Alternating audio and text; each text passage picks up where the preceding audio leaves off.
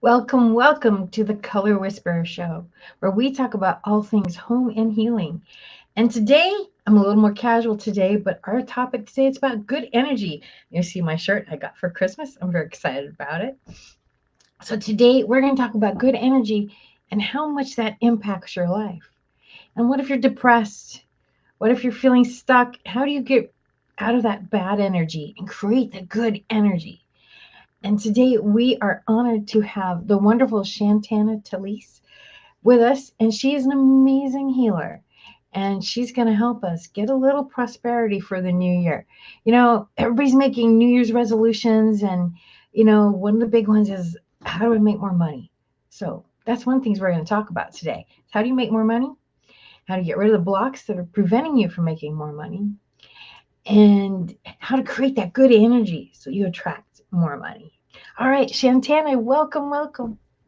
Hi. Hello, hello. It's so good to see you. You're so good to see you too. Thank you for having me. So let's first of all let's talk a little bit about like how did you get to this, and you do some wonderful healing. So maybe we should talk a little bit about the kind of healing you do, and then how did you get there? Like how did you know that this was your calling? Um, I've actually always known Okay. since I was a child. I'm a channel. Let me start from there. So I'm a spirit channel. I channel with higher dimensional beings like angels and ascended masters, all those guys. And growing up, I always seen dead people. So I'm a medium as well. I just don't practice, but I always seen dead people. I would black out and go into a trance. And since the time my dad said it started when I was 2, Wow. so it's always been a huge part of my life. It wasn't until I got older and started working with light energy and learning how to do healing and actually how to work with it instead of just letting it control me that it. So it's been I don't know, going on 7 years now, 7 or 8 years that I've been pretty big into it. And Yeah, I know as my healing powers expand, there's often a sense of like, okay, this is wonderful, and at the same time, it's like, well, wait, but now there's another side to it. Like I, I, at night, I have my own personal Dante's Inferno. And it's so I see all these beings, and it's like, okay, am I supposed to fix this? Like there's so many questions. When it first started, it was kind of scary for me, and I'm like, okay, am I supposed to fix this? Are they trying to tell me something? um, Years ago, when the eyes, I call them the eyes, but when they first started, and then I went to the first Ripley's, believe it or not, museum is in St. Augustine, Florida, haunted as hell. I believe it. And I was relatively new to a lot of my awarenesses at the time, and we were staying in this place, and I have seen ghosts, before. That part didn't scare me. There was a presence in our room. We had a B&B, and there was a presence there, and both me and my roommate saw it, and we are like, okay, he was very protective, like nothing to be afraid of. Okay, fine. So then we go to the Ripley's building, and this little girl follows me home, and she's like screaming, and I'm like, I don't know what to do. Like, I can see you, I can hear you, but don't know how to help you. So fortunately, with the time difference, I had a healer. It was still only like 8 o'clock here. And I called her and I said, help. And so she helped her go to the light. Yeah. But I didn't know anything about how to do that. She only knew, oh, wait, she can see me, and she'll know, I did know what to do to help her ultimately because I knew who to call, but I didn't Mhm. know how to help her. So there is a lot of that kind of, it's steps of evolution. You've got to figure out, oh, there's this, but there's other things that come with this. Yes, there Yeah, really is. All there's the good and the bad. absolutely. Absolutely. So tell us a little bit about uh, the kind of healing you do, because I do think you do some stuff that's rather unique. And the channeling, well, maybe we should go into, because your brand is Path to sorry, Path to Prosperity. That's my Facebook group. My brand is Shantana Sees Healing. Like I have a Facebook page and all that. Okay. But,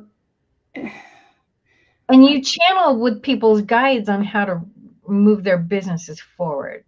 Yes. So let's talk about what that is.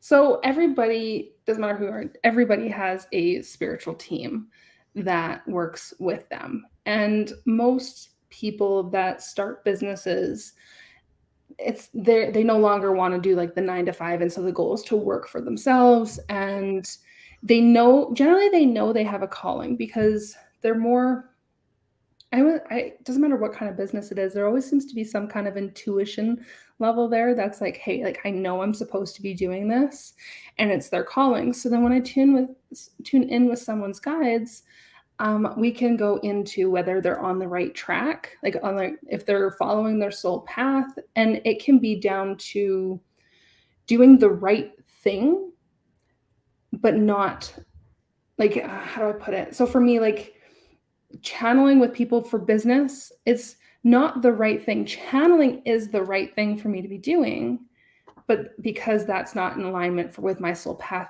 correctly, like I'm supposed to be teaching, it's different. So like you can be doing the right thing, but not the exact right thing at the same time. And so it kind of gets confusing. So that's where I channel with people's teams, and I can be like, okay, like this is what you're supposed to be doing right now, where you could be supposed to be holding healing circles, or like just doing any kind of specific thing like group healing, and they'll be like, okay, this is what you're supposed to do for right this moment, so that the universe can open things up and actually get you on the right path where you're supposed to be doing your color whispering. Like it's that's your calling, like the way you work with the energy, the everything.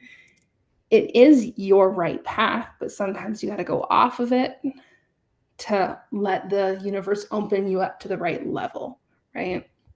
So it's different for everybody.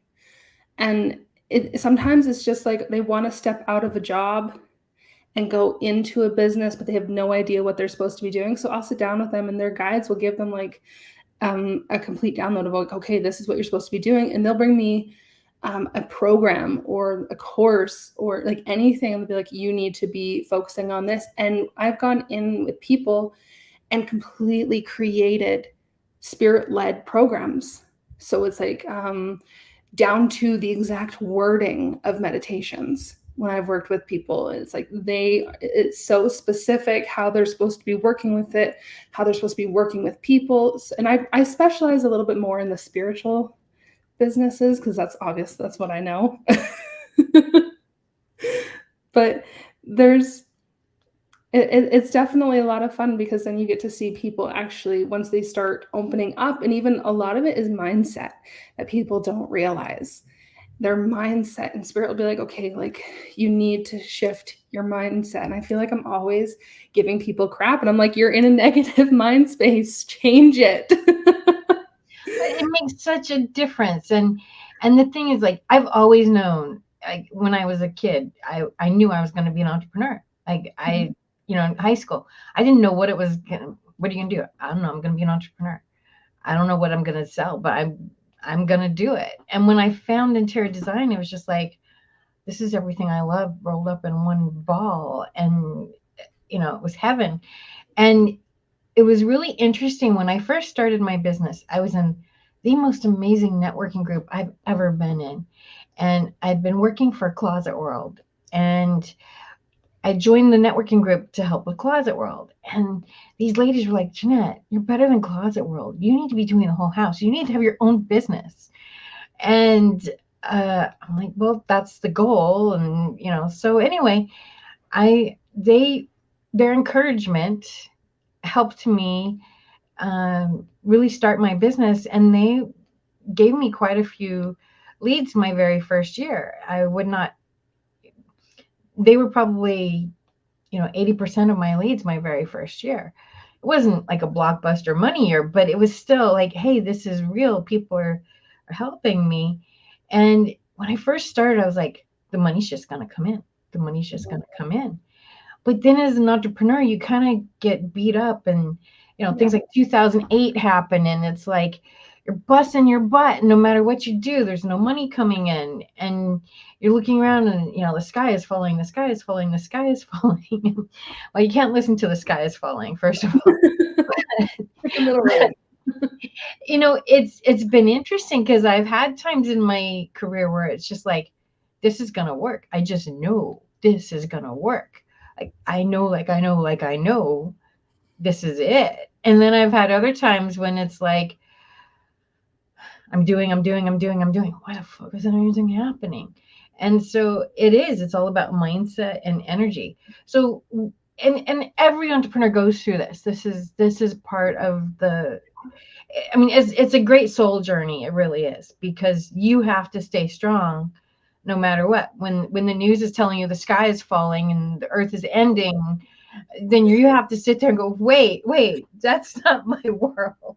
Yes.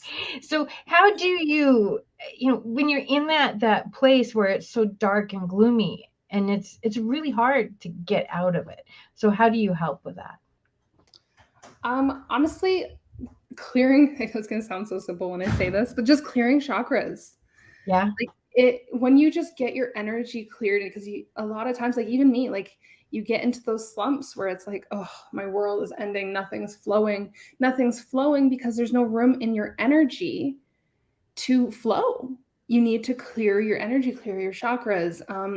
Looking into, here's with blocks, there's good and bad with blocks. But the thing is people can get so focused on, oh, I have all these blocks, that they completely shut things off, and they create the block in themselves instead of focusing on, oh no, I'm this higher dimensional being. I'm this co-creator of my reality.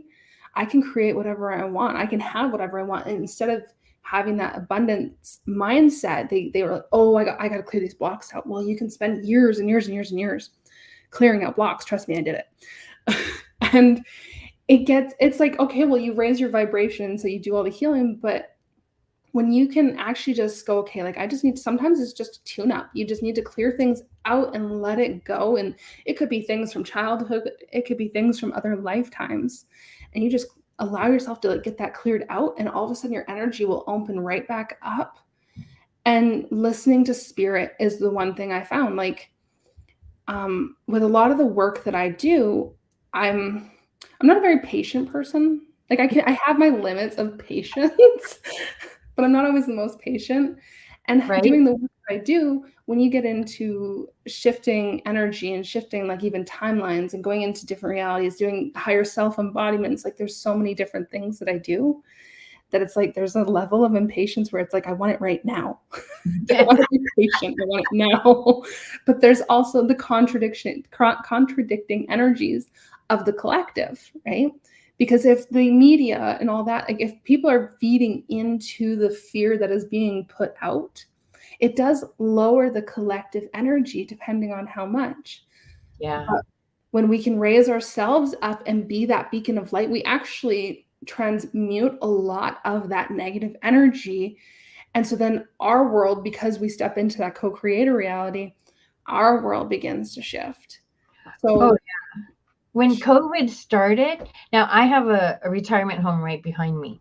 Mhm. And those first few weeks of COVID, there were days when all I could do is lay in my bed and transmute energy. And I'd already had COVID, so I wasn't afraid for the disease. I was more afraid of like, wait, this is going to lead to depression. This isolation. A lot of people who are lonely, this is going to really affect them. And because for some people, like just going to the grocery store and saying hi to the checker, that might be the only communication they get all day, or maybe they see their neighbor, and like people were just isolating. And I was like, I really had to shift my energy. I'm like, okay, I don't mind doing this and helping transmute all this, but it can't lay me out all day either. Yeah. So I had to grow in my spiritual practices to like, okay, how can we do this on terms that are acceptable for me as well? And there was just so much fear that got blown out of proportion. You know, it was just every time you turned around, somebody would fear, fear, fear, fear, fear. And like, whoa, what are we really afraid of? You know, what do, Right? you know, okay, you're afraid of dying. Okay, well, You're I done get every afraid day. of dying, but the mask is not going to make you safe. You know? there's you got to, the real fear is you're afraid of dying. And they're taking on that whole collective fear. Mm-hmm. And I had times at the beginning where I was like overwhelmed by that collective fear. And I'm like, whoa, what is this? You know, I'm sure you probably had to deal with some of that too. You But know, the best thing that really helped me with that actually is protecting my home. yeah, Putting a violet flame shield of light around my house constantly. Because it transmutes everything. None of the collective energy can come in. I And like that. it would transmute everything. And when I'm at home, it would be like, okay, I'm not feeling all the collective. I'm only in my own energy. So then it actually gave me the strength to like raise my vibration up, and then I could transmute it out. And Yeah. ignore that. Mark, you have a question. I did. That's why I popped in and everything. You were kind of alluding to it, Shantana, and everything. But how important do you think it is to stay in touch? Because as Jeanette knows, I work. I'm not there today at a cultural arts center, and it is very much a historical building with a lots of ancestors and lots of spirits that have gone on that are still in that building because it was a converted church, and I still feel that very much connected to even some of my ancestors that have passed on, like my grandmother and others as well. But just in the business journey, how important do you think it is to get that direction from those ancestors? And in what ways do you help leaders in the business community get that connection to their ancestors and to understand when they might be trying to tell them something business wise and all along those lines? So if you're in an old building, like you said, a church, Right. you have to be careful because there is negative beings that will pretend to be somebody's spirit guides. And they will actually influence you to make things where like, oh, I'm getting this spiritual, like this feeling that I should be doing this. And a lot of times, like, it's really good to protect yourself in that scenario and make sure when I work with people's guides, and I even help them work with their guides, like, you make sure that you are calling upon the guides that love them unconditionally only. That is the number one important thing, because then at least you are working with beings of light and not negative beings, because it's not just about ancestors. You have a team full of so many different kind of beings. So, but your ancestors that want to work with you, they love you. And so as long as that's what you're connecting in, but it's not complicated. You just call them in. I call in my ancestors that love me unconditionally only, and you'll feel that energy around you. You'll feel that love, you'll feel that light. And then you can ask simply, like, and that's the thing, is people complicate it, but it's not complicated. You just ask, okay, can you give me guidance in my business for this? She'll give me a sign. And that is the simplest way to start working with them. And then as the connection with ancestors or other beings grows, because you open up your consciousness, that connection is able to actually grow, and you can get the words, like, because your psychic abilities open up. You can hear the words, or just the simple as that gut feeling. And in their business, that one's not for everybody. Like, because I've gone to like people where I'm like, okay, can you give me some guidance in my business? And it's like, what? Like, it made no sense. It was completely blown out of the water. Like, it was wrong, right? And I knew it. Whereas, so it's kind of like picking, I don't know, you hear people say like picking their niche. Right. And for some people, they can really connect with the business and and it'll be more than just receiving the signs of all of a sudden in their dreams, they're getting these downloads because your unconscious mind is taking over. So the dreams is a really big one, because your conscious mind tends to block everything out because adults are not as open. Right. So when you actually, that's why it's important to even go into meditation. If you want to do it like that, you can call them in. If you're always calling in those beings of light, those beings, those ancestors that love you, then, and you're like allowing yourself to kind of slip into that meditative brain state, then you can actually connect, and they will give you the guidance, whether it's through visions, words, it can be numbers. Really, it can be in any way, because they work with your strongest psychic abilities. It can be through smell. All of a sudden, like if you're supposed to be cooking and all that, you keep smelling this certain smell, like they will communicate it with you. That makes a lot of sense. I can definitely see that. I know that one of the other things I was going to be curious about and everything was, I've heard a lot of people, and you kind of alluded to it when we were talking about this year of affluence and all along those lines, but I've been called by several friends a light warrior, and I take that as a compliment, and definitely something that I enjoy, that kind of benefit of life, for lack of a better term, and everything along those lines. But I just wondered your thoughts around that, and are we seeing, because some people are telling me that they are seeing a more positive shift despite the division going on in the world, but they're seeing a more positive shift around the world, and that in the year 2024 and beyond, we might see some more positivity than the negativity we've been seeing for the last 4 or 5 years and everything. But I just wondering your take on that, because I'm hearing that there's about to be a sudden shift. A huge. The energy of 2023 is so low. It's so dang. It's just so ugh. And I'm dying to get out of it. I'm so excited because it's only a few days away. And I'm like, okay, because I was doing a session yesterday, and she's like, okay, like when do you see this coming? And I'm like, I honestly cannot see much past 2023's energy, because 2024 is so potent, but it's not like it's coming, but we have to, it's like a shifting of realities almost. So like, this is where you kind of get into your timelines too. So like when timeline shifting is a really big thing that I do, because, well, I love it. And when you start doing, you got to think of a timeline as a different reality. Every timeline that you choose to go on is its own reality. Now, if you think of like each reality, you're still coexisting with previous realities, but the version that you are is no longer the version that you were on the lower timeline. It doesn't exist anymore. You are now a completely different person when you timeline jump. And what is happening basically is 2024 and kind of going onwards is there's actually been 2 timelines for a while. And your soul had to choose back around like the beginning of COVID. I can't remember. I think it was like 2020 or 2021. You finally had to make that choice. And so your soul knew. And so there's been a really low timeline going and a really high timeline going. So we're shifting going into 2024. Not everybody, a lot of us though. We're shifting into this 5th dimensional timeline, this 5th dimensional world, and the physical earth is actually splitting.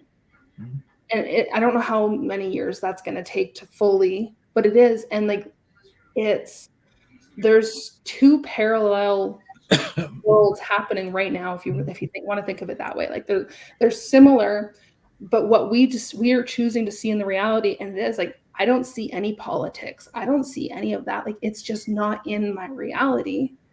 It might be in the lower one where there's all this fear, all this chaos, and they're like, oh my gosh, the world is ending. But in ours, it's not actually. And if you're considering yourself as a light warrior, you're already in the higher timeline. You're already in the higher reality, and you're going into 5D. And we already are in and out of those dimensions already, because 3D is not really much in existence anymore. It's kind of going up into like the 4 and 5D. So it's like you're kind of in and out depending on how high your vibration goes and how much it comes down. Yeah, you can definitely see that and everything. And all along those lines, before I turn it back to you and Jeanette, the other thing I was curious about is, and this is for both of you, because how much should we kind of play a mentorship role with those that are younger? Because I know from the earlier part that you have got that 7-year-old and everything. And as I mentioned, I've got the 14 and 15-year-old. Ironically, Jeanette, I just learned this weekend or last week during Christmas what fields they are going into. So I now know what field they're going into and everything. One of them is a field that you actually deal with a lot and everything. But I think it's Julius, which is the youngest, no, the older, yeah, Julius and Langston. Langston, the younger one, is going to be going into architecture. So he's going to be going into architecture. And Julius, the oldest one, I think my brother told me that he is debating between law and biology, which is actually somewhat ironic because my grandfather, who he did not know, because that would be his great grandfather, and he had passed when I was a youngster and everything, was a biologist himself, and actually was the person that our HBCU, or one of our HBCUs here in Durham, is the biology building is named after him. So he may be following in his grandfather's or great grandfather's footsteps, and all along those lines, if he decides to go that way versus law and everything. But I just wondered, how much should we be trying to encourage, and how should we encourage the kids that are thinking of their path and now as well? Because like I said, you've got the 7-year-old, and I've got the 2 that are teenagers, which means they're about to be adults. I'm not answer that one. How would you answer that? Yes, either one of you. Well, we have to be mentors. I mean, I have a niece and nephew. I didn't get to have kids, but I have a niece and nephew, and I always considered myself Auntie Mame. You know, my job was to teach them that they can choose a different path when they get older than the one that they were given. There were a lot of issues that they had to deal with that, you know, we did our best to teach them, hey, look, yes, you have to deal with this right now, but at some point you get to choose how you want to live your life. And I tried to show them as much as I could different ways of what life looked like. And you know, right now I can't adopt you. I can't, I can show you these other things. And then when you get to be old enough, you can say, this is what I want from my future. Right. And I think that that's our job as adults and as parents, aunts, uncles, teachers. They're not ours to keep. We have them on loan. Our job is to raise them into full functioning adults. There are parents who want to keep them kids all their lives. That's not what it's about. We get the pleasure of raising them. And there's good and bad that comes with that. Right. But that mentorship is so important. And, you know, I look at, depending on what their home life is like, that's, you know, they talk about all the different privileges that people have. But honestly, the biggest privilege is love. Yeah. Do you have a stable parent? Do you have a stable relationship that you learn from? What is it supposed to be like? Do you have somebody that's teaching you good self-confidence? Do you have somebody that can teach you how to handle money, how to have a good relationship with money? Do you have somebody that can teach you how to deal with difficult issues in a healthy way? That goes beyond any amount of wealth, power, color, creed. When you have a good support group, that is your biggest thing, because you can have all the money in the world, and you see it all the time. People, these rich, really wealthy people, and then their kids are messed up. Why? Because they were raised by nannies. A nanny doesn't care.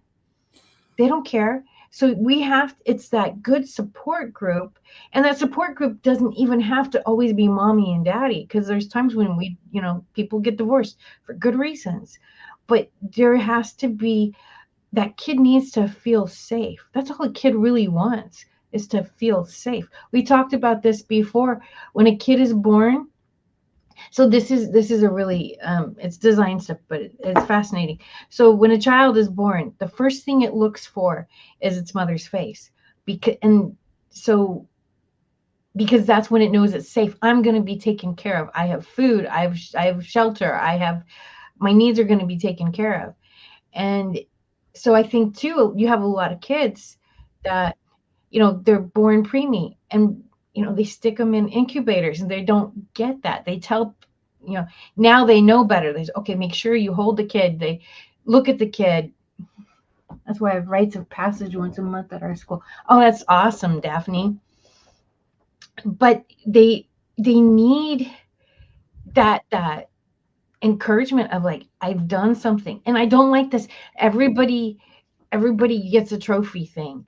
No, we need to learn, what are we best at? If everybody gets a trophy, in England, the way the schools work, you get 6 subjects, and then you go to 4 subjects for like our senior year, and then you go to college and get 2 subjects.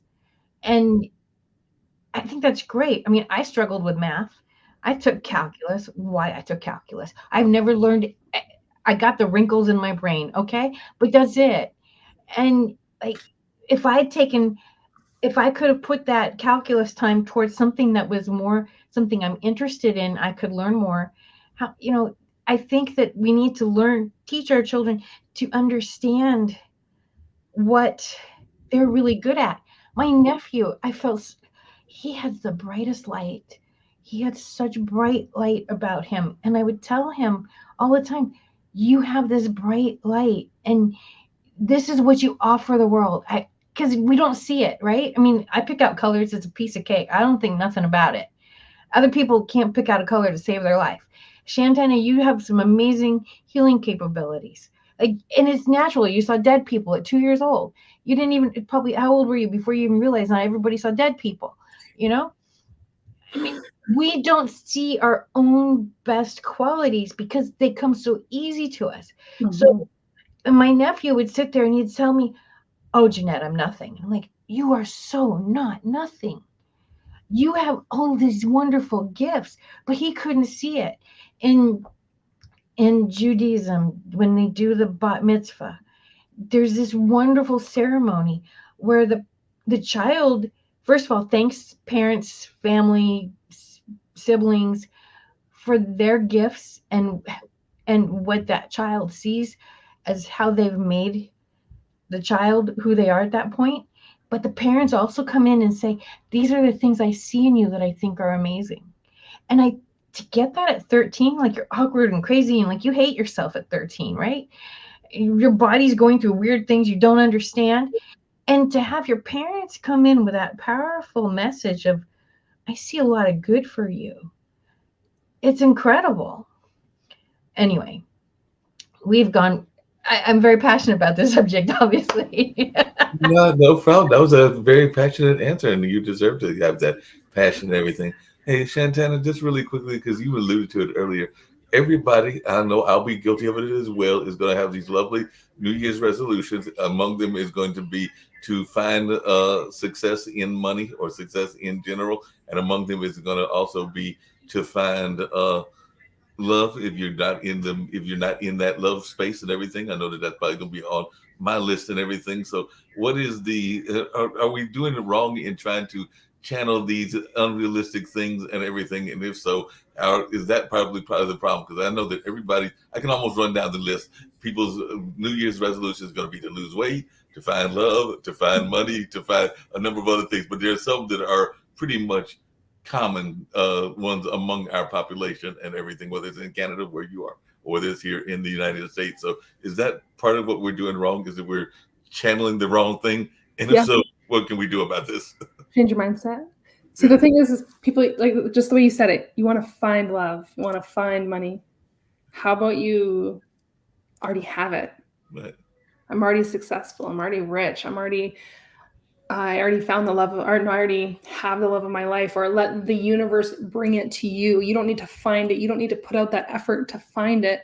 Right. Just attract it. Right. Because when you can just sit back and it. Pardon? It's about being it. Yeah.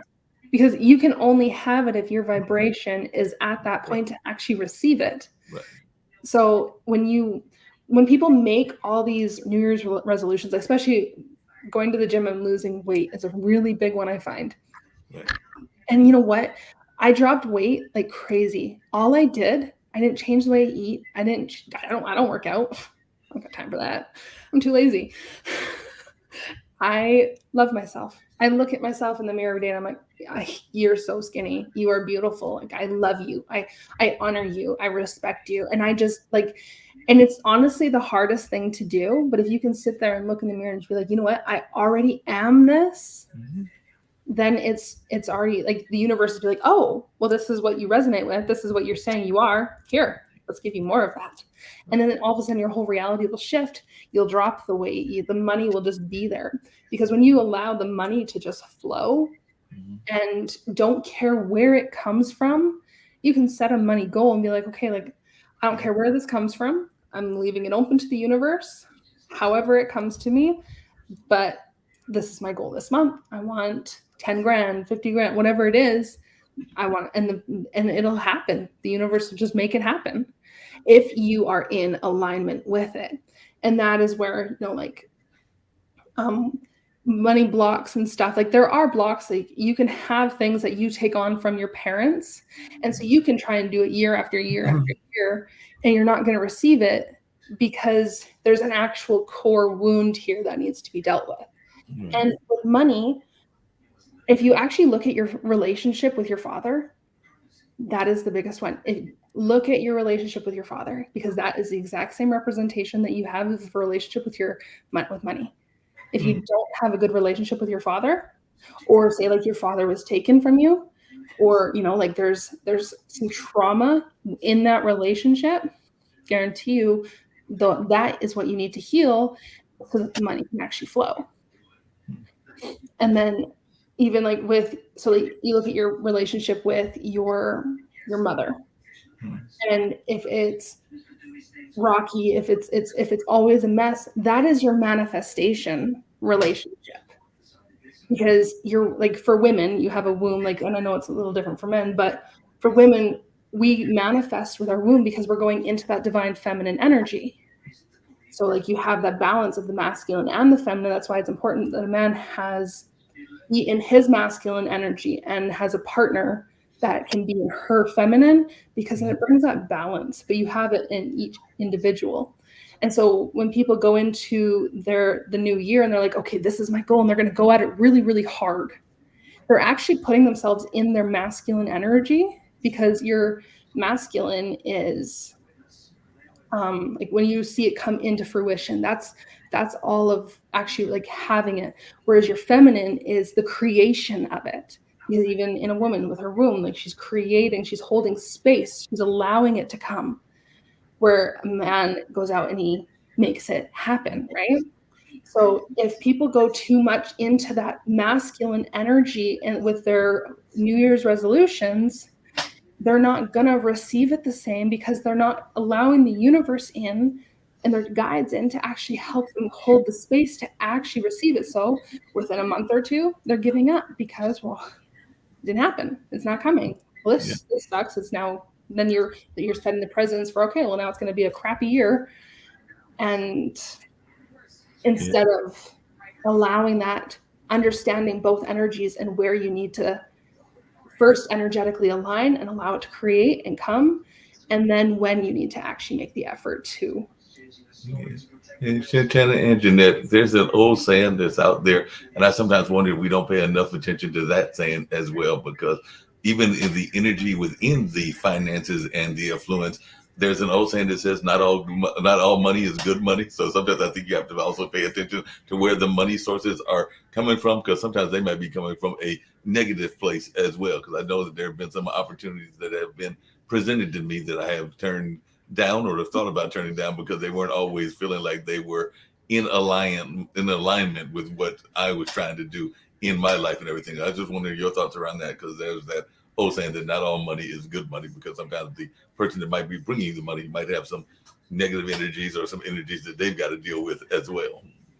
I feel like that kind of goes into like your relationship with money. Like you're getting these opportunities, but if you have a really good relationship with money and you're really positive, then those type of opportunities will present themselves. Right. But if you have a lot of money work that needs to be done, like I could go work, like I used to be in healthcare. I could go work in healthcare and I hate it. I dread it. But I've done it. And so it's like, it puts that negative pressure on your relationship with money, because you're like, hey, yeah, I'm getting paid, but it sucks. And so, yeah, it's completely out of alignment and it's not good. You could do it. But when you open yourself up to loving money and like respecting money and just understanding, like, and like saying to money, like, I love you, you're amazing, thank you for supporting me, then all those other things, they won't even, it doesn't matter. They're irrelevant.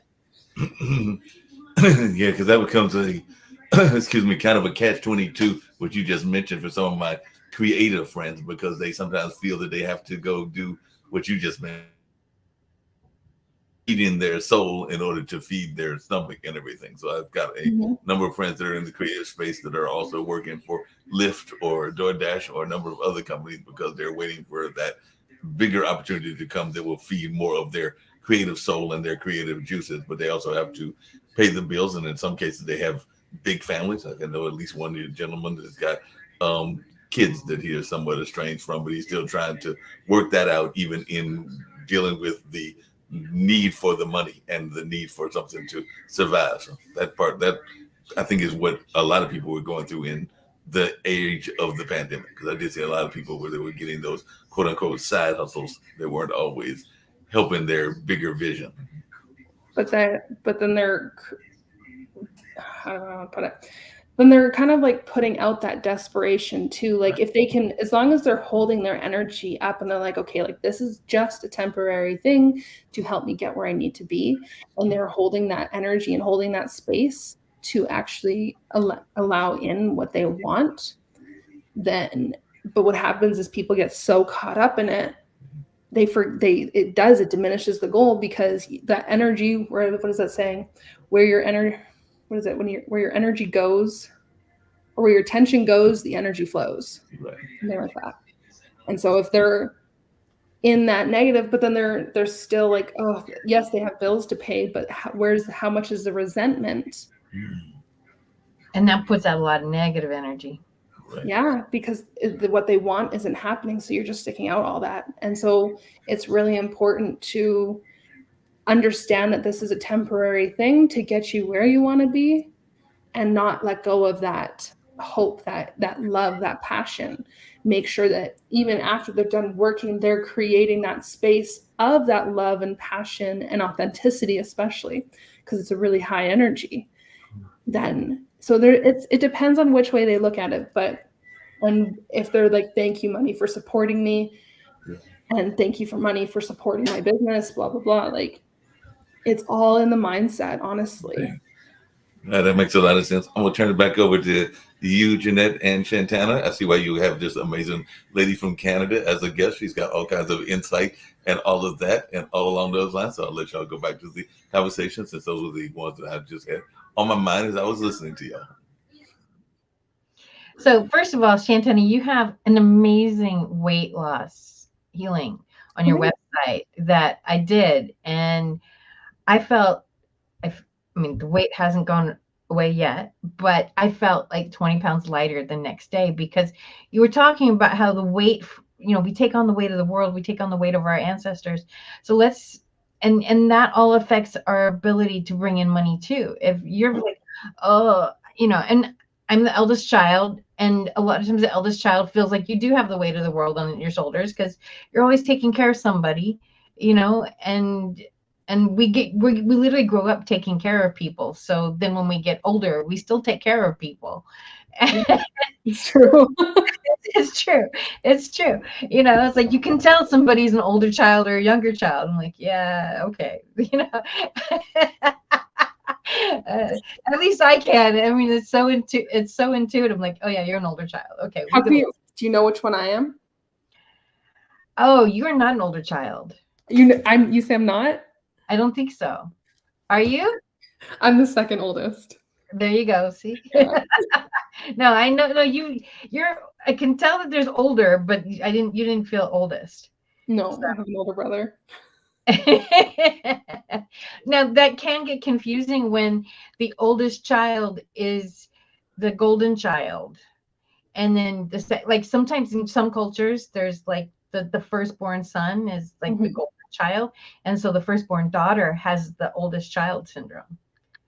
Really? Yeah, when you get into some cultures, the firstborn son can do no wrong.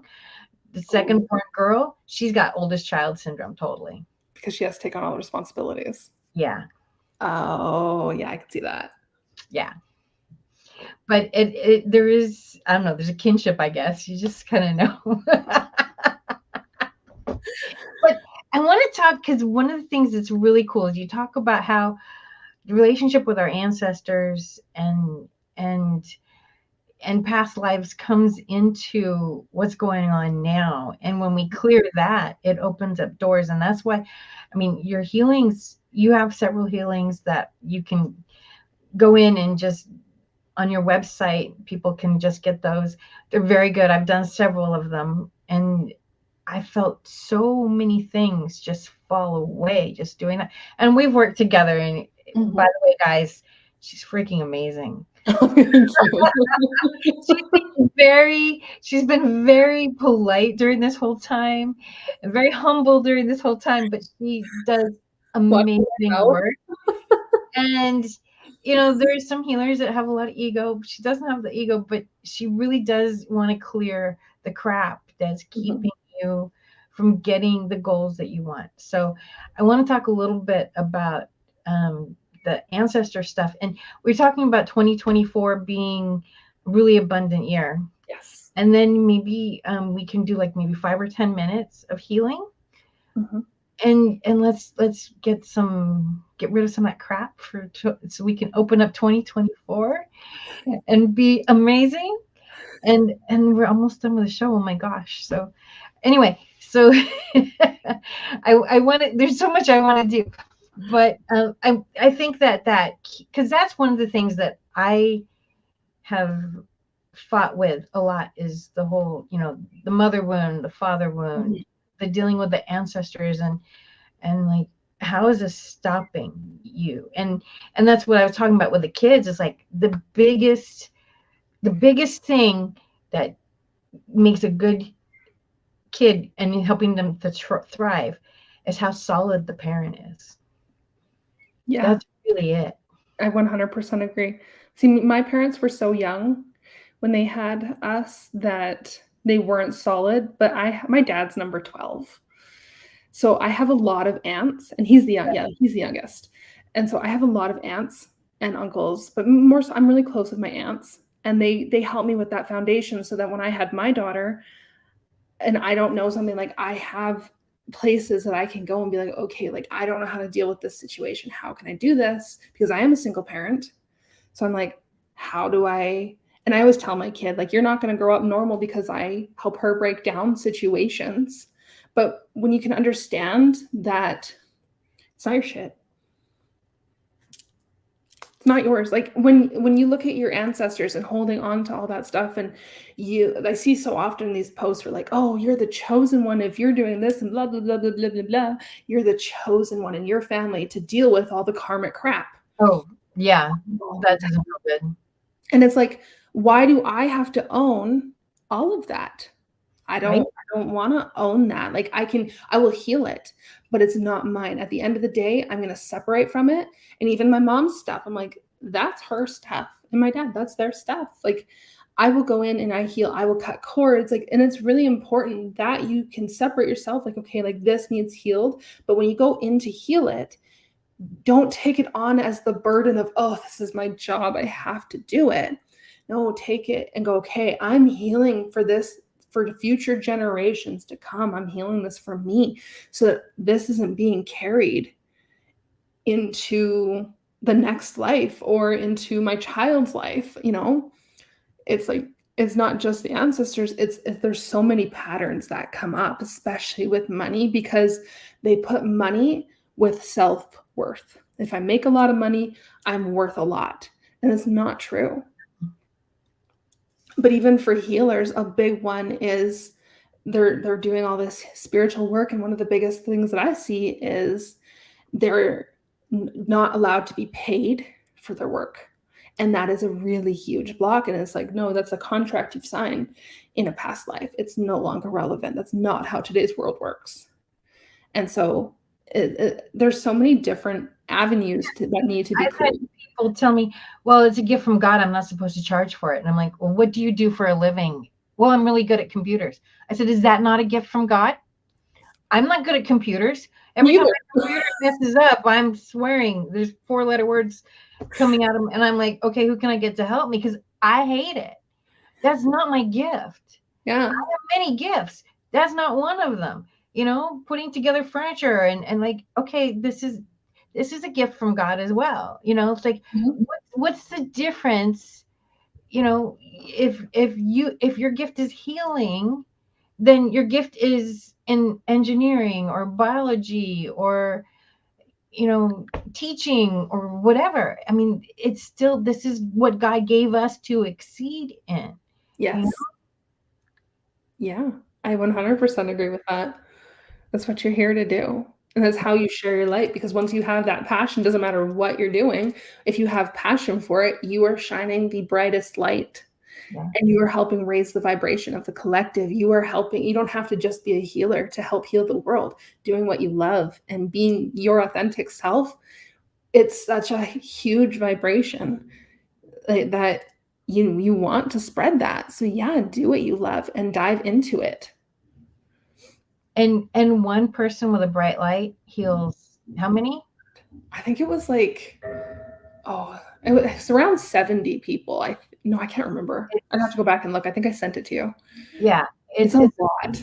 It's a lot. It's a lot. So just you being in love with what you are doing and who you are, we help raise the vibration for so many others Oh yeah.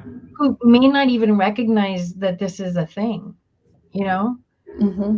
Use a bunch of buoy. I don't believe in this stuff. Okay, fine. But It's not your reality then. right. But when they're around us, they feel better.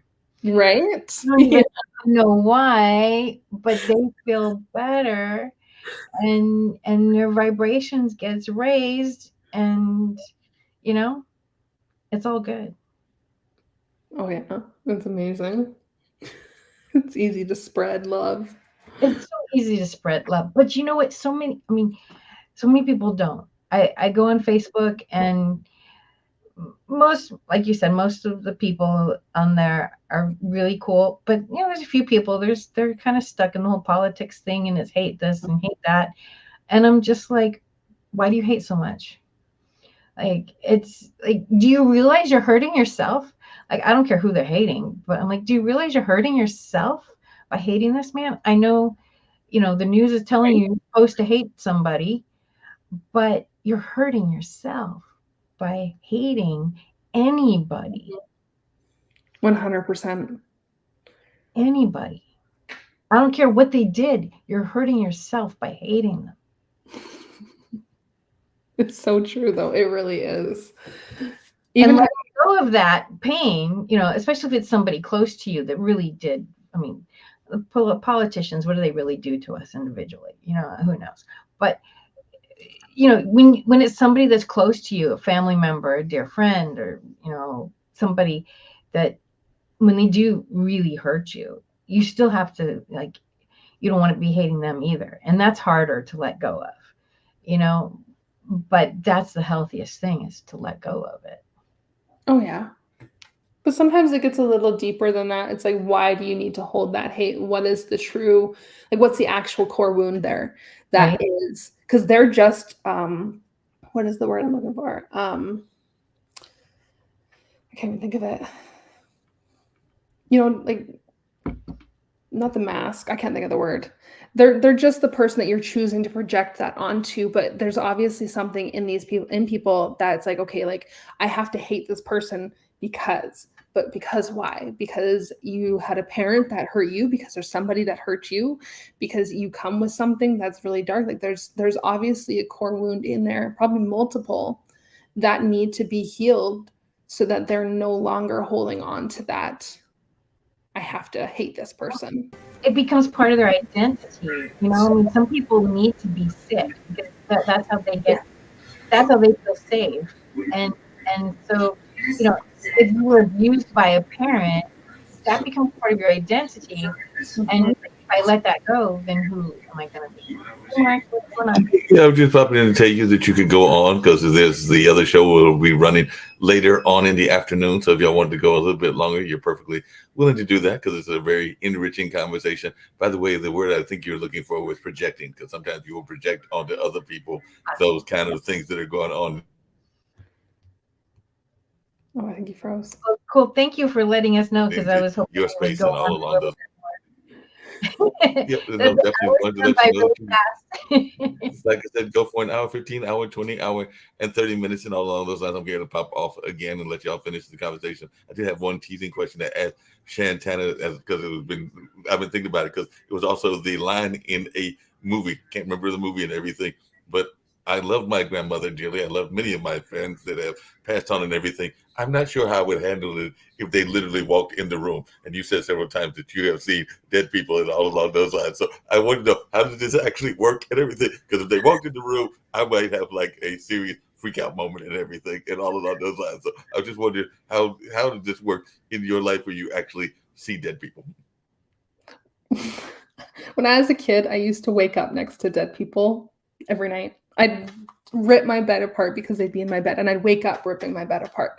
Now we got some boundaries, and like they'll walk through my room. They wake me up all the time in the middle of the night, and they just walk through, and I'm just like, peace, like go away. Or I'll like wake up because I feel them and they're in my house. Like it's a normal thing. Or like my uncle just passed, and I was texting another uncle, which was his brother, and I was texting him, and all of a sudden my uncle is like right there, and he's like, say this, and I'm like, that's relevant to him, but I'm like, okay, like I guess I'm gonna look like that person, but sure.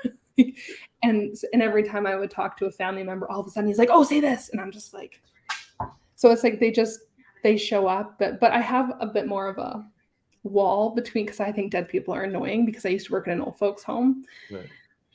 Dead people are annoying. I can see that and everything. So I'll let y'all go back to the conversation, but I just had to ask because I'm going like, wait a minute, how does this work? Because I could see the energy, and I've definitely heard voices in the head, dreams, and other things that I felt were communications from folks that have passed on, but have not seen the physical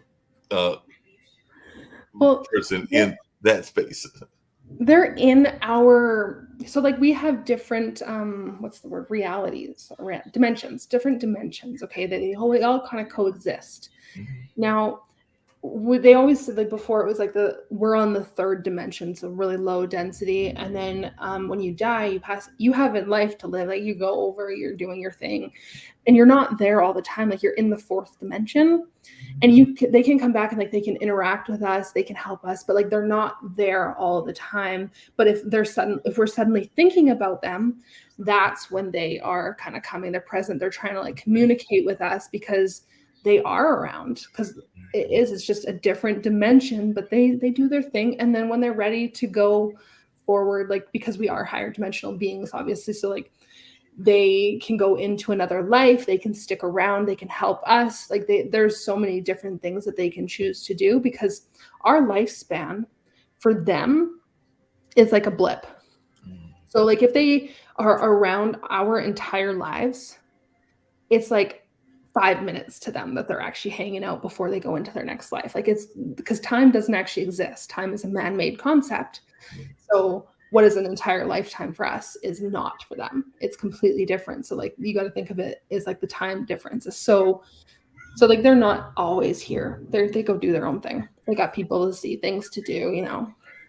Yeah, I can definitely see that. Like I said, I'm gonna turn it back over, but just to let you know, Shantana, the Cultural Arts Center that I work at, there have been some people that have passed on, and there are definitely some folks that everybody that works at the Hayti Center, that's the name of it, has literally heard dancing footsteps and other things, because it is a cultural center. It's been a cultural center. It is also a historical church, so there have been people that have heard, I think, in maybe even entire sermons, but definitely they have heard dancing and a number of other things. So I don't know anybody that has worked there that has not heard the mysterious noises, because it is an old building. It's over 100 and it's over 125, 130 years old and everything. So definitely everybody there has heard some noise of some sort or another.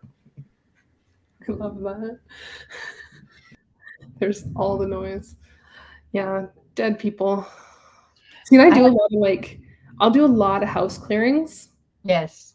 And there's not just like dead people that are in a house. Like I've come across like really like scary stuff, and the not like, it's just energies, different, like all kinds of different energies, and it's just it all becomes a part of it. It's just honestly sometimes it's what vibration are you on, because if you're in a house where you're fighting a lot, then that's what you're attracting in, right? And if you're not, then you're not feeding anything, you're not creating anything.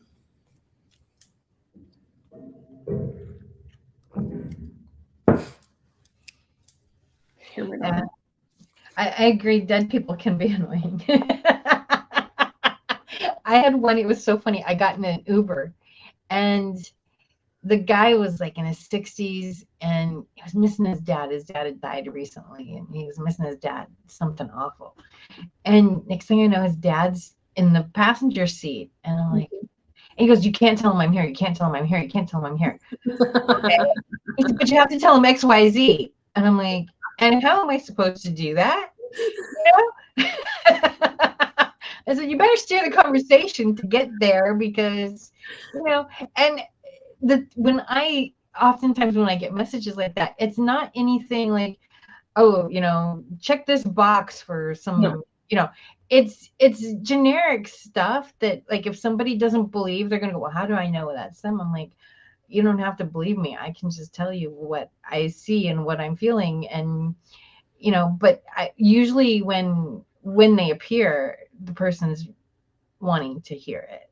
So, but this one was just really, you can't tell him I'm here. You can't tell him I'm here. You can't tell him I'm here. Fine, I won't tell. I think the worst is when they're like, can you tell them that I love them and they don't hurt? Because, you know, I'm right here. And it's right? like, I'm there for them. Like, let them know this. Like, I am, you know, like, just tell them how much I love them and it's okay. And they're going to get through. And I'm like, you make me feel like such a fraud. Thank you. Because that's generic. Right? It's generic. And it's like, okay, I could be coming up. I was like, you're channeling something real and they're not saying anything that, you know, you couldn't make like, okay, well, duh, of course they love you, you know, right? Right? I'm good on the mediumship.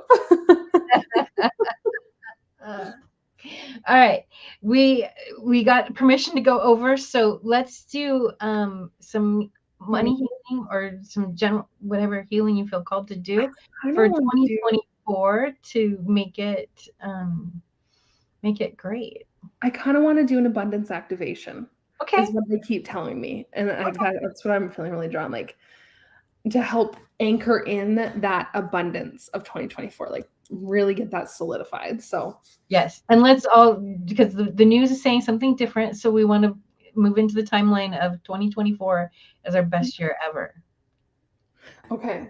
I'm just going to call in. So like, okay. I channel for those of you that I don't know if you've come across channeling, but like, if you're not watching it live, it's fine. Like I'm going to call in everybody that's watching this, like everybody's team, so that their teams are helping them and anchoring in that energy. So it's for everybody that comes across this. Okay.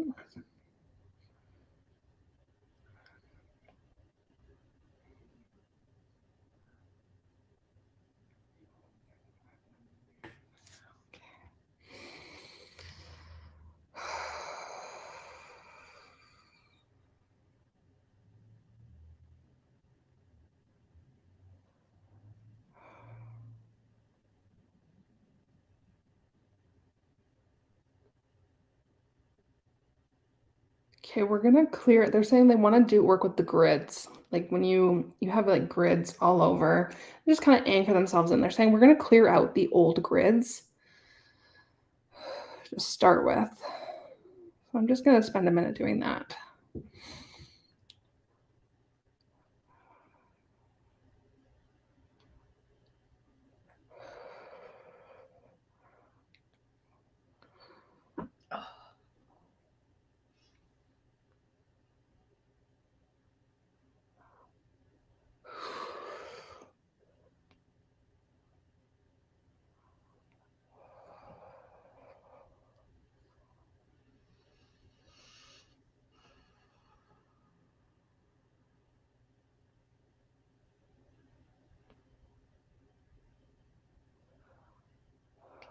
There's actually a lot of third dimensional grids that are hooked in.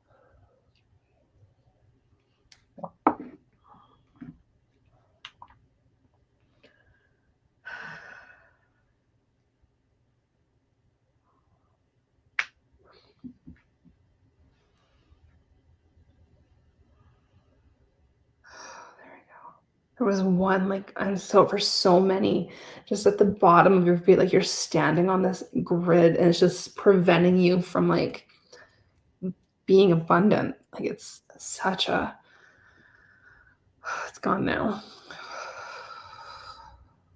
Okay.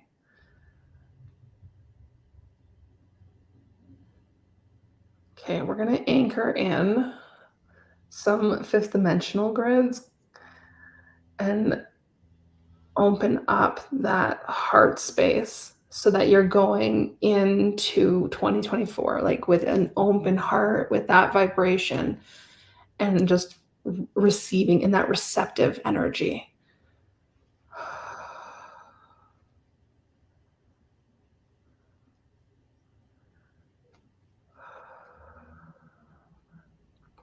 Dira kotara sontora hira kete katera. Dara kora sela hira kiandari hira kora sala tata katera shukotande. Ala tora sala tera kete tata andare kota tata tata kiandare kiandare kiandare. Ayondore shukora santa. Ayondore kandere siampari kiandere kete tata tata kora. So that's light language, guys. So she's not. Kora sala tera. It is actually a language. Anterior corasiata tera kiantarera kuashiara katera hara hara hara hara hara mera kuanda siorashia tera kuashia kata ayo kuea shungodi hale tera hero kodiara siantera kura kura kura dira kodiara siana tera Kurandera haratia katera katera katera katera katera kate.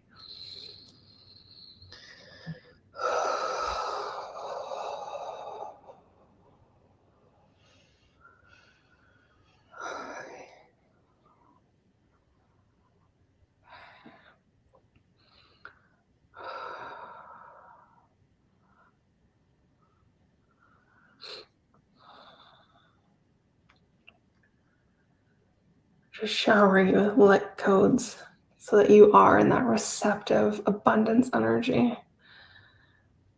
We're gonna plug those in now. Had to bring your vibration up.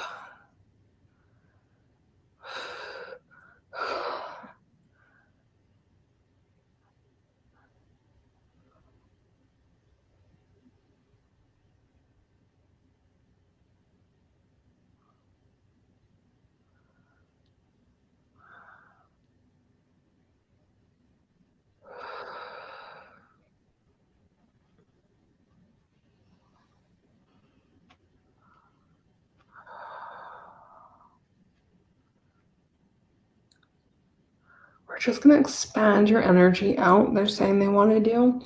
Or like, let's get it all in while we're here. Want to expand that energy so that you actually have the space in your energy field to receive.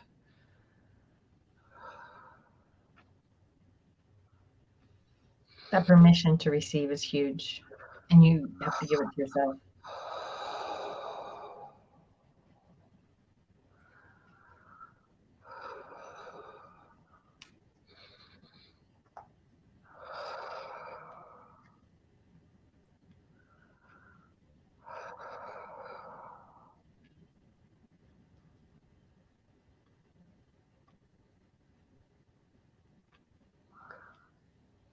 For some of you, there's so much restriction around your energy.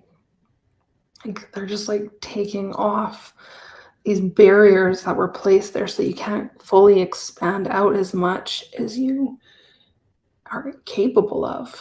So we're just removing those so that you can actually expand and really have a lot of space to receive.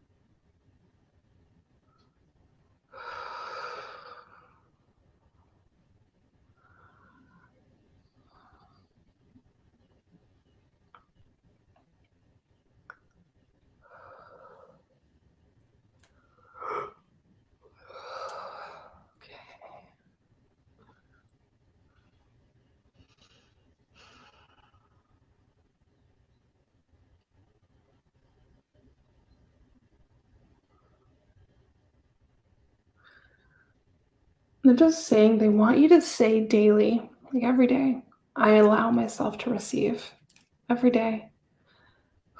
And just ask them to turn on your energy to open it up to receive.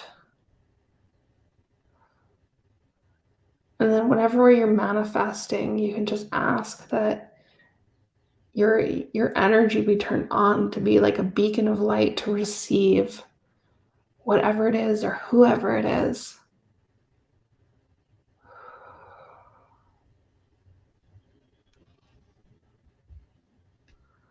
Okay. There. Actually, I'm just going to ground that energy out.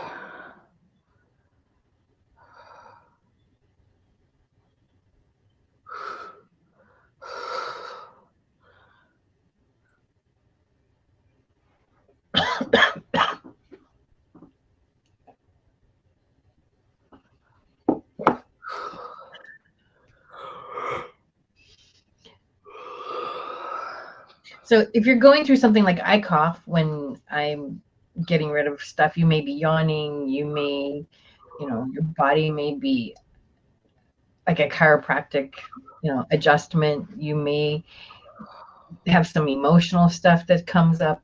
It's all normal. It's all healthy. Just let it go and you'll feel better. My eyes water, my nose runs, I cough, I sneeze, I yawn, like my jaw it's a good thing my jaw's dislocated because like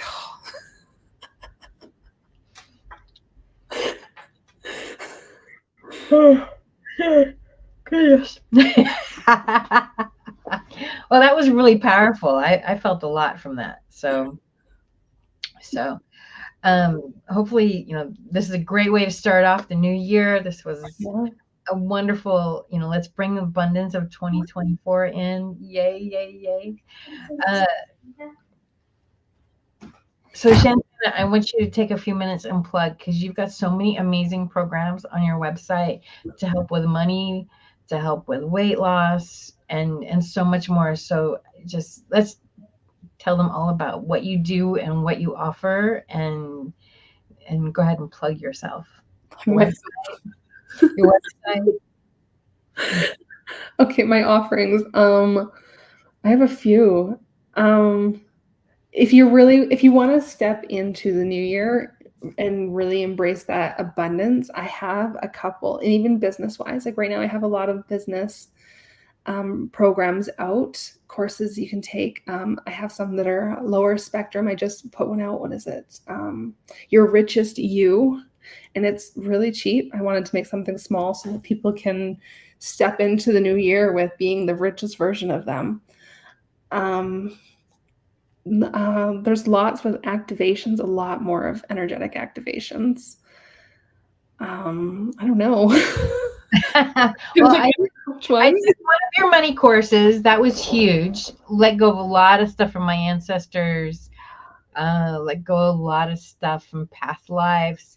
I did your weight loss one. That was really amazing. I've done other weight loss healings, and I was like, whoa, Shantana went deeper than anybody else. So I'm good at that. That is my thing. I like it. I like it. Why sit and deal with the same problem for months? If we can get rid of it, let's get rid of it, right? So I can personally speak for those two. And then you also have a long-term course. Oh, I have my Abundance Mastermind. So all of my programs at the moment, because in the new year, like I think I told you before, like I'm shifting into some new avenues. So all of my stuff now is like, I have my Abundance Mastermind. It's a 6 to 7 month course. Like it's 6 months of activations, healings. And it's a lot. Like I had those that have taken it, like the shifts in their lives, they were like, holy crap, like what happened? Like astronomical. So like you get a lot of like, if you're ready to like step up, I recommend my Abundance Mastermind. But and it's all you like, that one's a 7-month one. You get a whole library of videos, activations, all of that. And that's how most of my stuff is set up. I have other courses that you get for like a lifetime. Like if you want to learn to take care of your energy, courses on abundance, courses on the Akashic Records. Like there's different ones. Yeah, they're all set up the same way. It's just summer courses and summer programs that I've ran, and you get access to them, and they're all like, you get a video library. But yeah, my Abundance Mastermind is probably it's my baby. I finally just finished recording it. I think a few weeks ago. Nice. Yeah, and working with you individually is mind blowing. It really is. There's so many ways you can work with me. There's so many ways. So if you're called at all, go check out her website, which is ShantanaTulisHealing.com. Yes. And yeah, my individual stuff, like there's the channeled healings one-on-ones where you get the distance. That's a really popular one. There's ones where you can come on video chat with me and speak directly to your guides and get the healing. I have ones where we go into past lives and do timeline work in past lives. I have lots of different ones. So whatever is your fancy. And then I also have a couple membership groups on Facebook. My cheapest one is, what is it, $14.97? And I was looking at it, the amount of stuff I have in there, I was like, whoa, when did this happen? Like, it's just, there's so much, and it's only $14.97 a month. Like, it's so cheap. And then I have another one that is specific to, that I do with somebody. So like, I have it where I'm doing the energetics, a lot of the energetic shifting, meditations, working with your money story. And then my partner is very corporate. She always says she was in corporate America, so she knows the business end in that way. So we kind of brought it together, and yeah. So ShantanaHealing.com, right? ShantanaTulisHealing.com. Shantana Tulise. So let's spell the name because. Okay, so my first name, Shantana, Shantana, Shantana, and then Tulise, TELISE, Tulise, healing, obviously, .com. I was about to get my Awesome email. That's what came to mind as my email. Awesome. Well, I am so appreciative of you being on today. Thank you so much. Thank you for having me. This was a wonderful day, and thank you for doing the healing. And I wish the best for you in 2024. It's only a couple of days away. New adventures, new exciting things. And I wish everybody listening a very happy 2024, and may you have much abundance. Yes. Right? Yes. Good luck. Thank you. Thank you. And now we go to Kendo Spice, because we've done a lot of spiritual healing, but now you got to get the physical healing with Kendo Spice so your body can feel good. Because if your body feels good, it's a lot easier for your spirit to feel good. That's so true. You know how people love to enjoy food and don't understand how to flavor their food or how to replicate a meal? They're interested in supplements, but don't know where to begin? Well, what I do is I take the guesswork out of enjoying flavor and wellness with my flavorful spice blends so that they can create delicious meals with healing benefits. Can Do Spice was created to help cooks at any level enjoy healing through food. Every spice blend was designed to give added health benefits of natural herbs. Every blend is complete. There's no need to add any additional spice for a delicious meal. Saving you time and money while adding supplements to your meals can be both tasty and fun. My earliest memories in the kitchen began with my father, Kenny Can Do Bond, so it was fitting that I would name this line after him. I have always looked to natural remedies to supplement the body, and I found myself hiding herbs and minerals in foods for my family. That's when it hit me. Everyone needs Can Do Spice. Everyone should be having this. It's an exclusive brand for cooks at any level who want to create flavorful dishes with healing benefits that can satisfy the body and soul. Add a little spice to your life. Give Can Do Spice a try.